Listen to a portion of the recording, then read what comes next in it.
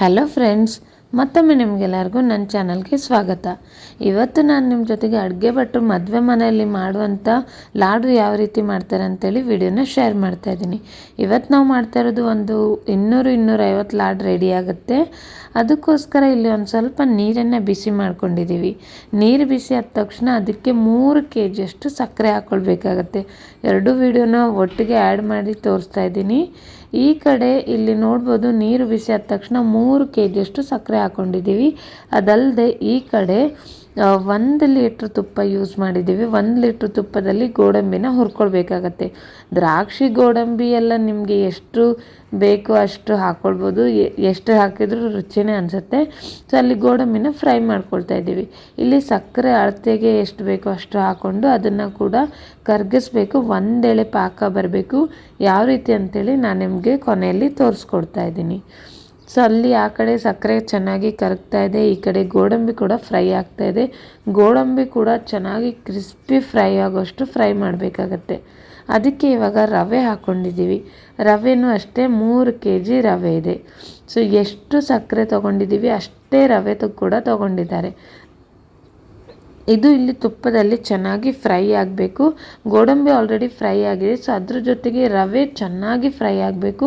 ಅವ್ರು ತೋರಿಸ್ಕೊಡ್ತಾಯಿದ್ರು ಯಾವ ರೀತಿ ಫ್ರೈ ಆಗಬೇಕಂತ ಹೇಳಿದರೆ, ನಾವು ಮೇಲ್ಗಡೆಯಿಂದ ನೋಡಿದರೆ ಅದು ಉದ್ರುದ್ರಾಗಿ ಬೀಳಬೇಕಾಗತ್ತೆ, ಉಂಡುಂಡೆ ಥರ ಬೀಳಬಾರ್ದು. ಅಂದರೆ ಅವರು ಮೇಲ್ಗಡೆಯಿಂದ ಹಾರಿಸಿ ತೋರಿಸ್ತಾಯಿದ್ರು ಯಾವ ರೀತಿಯಾಗಿ ರವೆ ಫ್ರೈ ಆಗಬೇಕು ಅಂಥೇಳಿ.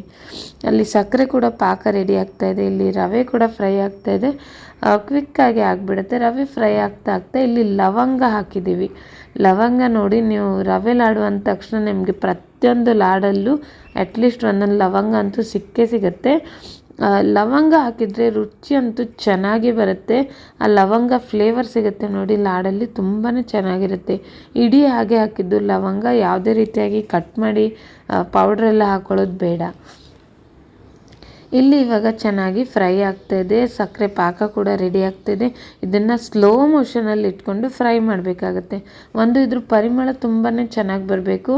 ಅದೇ ಇವಾಗ ಅವರು ಮೇಲ್ಗಡೆಯಿಂದ ಹಾಕಿ ತೋರಿಸ್ತಾಯಿದ್ರು, ಅದು ಉದ್ರುದ್ರಾಗಿ ಕೆಳಗಡೆ ಬೀಳಬೇಕು. ಹಾಗಿದ್ರೆ ಮಾತ್ರ ರವೆ ಚೆನ್ನಾಗಿ ಫ್ರೈ ಆಗಿದೆ ಅಂಥೇಳಿ, ಇಲ್ಲಾಂದರೆ ರವೆ ಇನ್ನೂ ಹಸಿ ಇದೆ ಅಂಥೇಳಿ ಅರ್ಥ. ಸೊ ರವೆ ಫ್ರೈ ಆಗೋ ತಕ್ಷಣ ಇಲ್ಲಿ ನೋಡಿ ಈ ಥರ ಒಂದೆಳೆ ಪಾಕ ರೆಡಿ ಆಗಬೇಕು. ಸೊ ಪಾಕ ರೆಡಿ ಆಯಿತು, ಅಲ್ಲಿ ಗ್ಯಾಸ್ನ ಆಫ್ ಮಾಡ್ತಾ ಇದ್ದಾರೆ.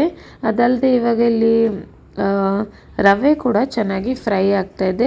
ಅವ್ರು ಅದೇ ತೋರಿಸ್ಕೊಡ್ತಾಯಿದ್ರು. ರವೆ ಫ್ರೈ ಆದ ತಕ್ಷಣ ಇವಾಗ ಸಕ್ಕರೆ ಪಾಕ ಆ್ಯಡ್ ಮಾಡಿಬಿಟ್ರು. ಡೈರೆಕ್ಟಾಗಿ ಬಿಸಿ ಸಕ್ಕರೆ ಪಾಕನೇ ಇದಕ್ಕೆ ಹಾಕಿಬಿಟ್ರು. ಇವಾಗ ಇದನ್ನು ಚೆನ್ನಾಗಿ ಕಲಿಸ್ಕೊಳ್ಬೇಕಾಗತ್ತೆ. ಎಲ್ಲ ಸಕ್ಕರೆ ಪಾಕ ಒಂದು ಸಲ ಹಾಕಿಬಿಟ್ರು, ಒಂದು ಸ್ವಲ್ಪ ಉಳಿದಿದೆ ಅನಿಸುತ್ತೆ, ಅದನ್ನು ಒಂದು ಸ್ವಲ್ಪ ಹೊತ್ತು ಬಿಟ್ಟು ಹಾಕ್ತಾರೆ. ಸೊ ಇದನ್ನು ಈ ರೀತಿಯಾಗಿ ಚೆನ್ನಾಗಿ ಕಲಿಸ್ಕೊಳ್ಳಿ. ಏನು ನೀರಾಗಲಿಲ್ಲ, ಏನೂ ಇಲ್ಲ, ಪರ್ಫೆಕ್ಟಾಗಿ ಆಗಿದೆ. ಒಂದೆಳೆ ಪಾಕ ರೆಡಿ ಮಾಡ್ಕೊಳ್ಬೇಕಾಗತ್ತೆ ಅಷ್ಟೇ. ಸೊ ಅಲ್ಲಿ ಒಂದು ಸ್ವಲ್ಪ ಸಕ್ಕರೆ ಉಳಿದಿತ್ತು, ಅದನ್ನು ಕೂಡ ಆ್ಯಡ್ ಮಾಡ್ತಾ ಇದ್ದಾರೆ.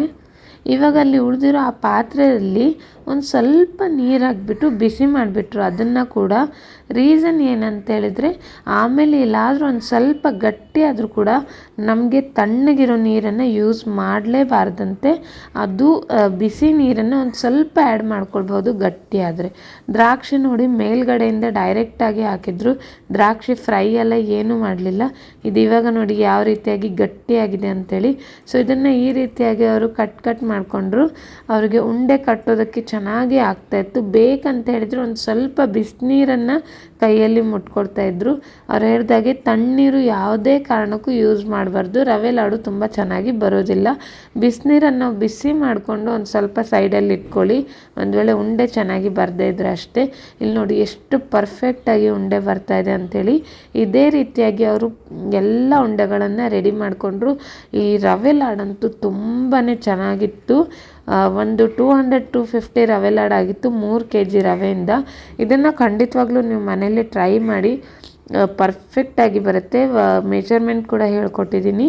ಸೊ ಈ ವಿಡಿಯೋ ನಿಮಗೆ ಇಷ್ಟ ಆಗಿದ್ದಲ್ಲಿ ಲೈಕ್, ಶೇರ್ ಮತ್ತು ಚಾನಲ್ನ ಸಬ್ಸ್ಕ್ರೈಬ್ ಮಾಡೋದನ್ನು ಮರಿಬೇಡಿ. Thanks for watching.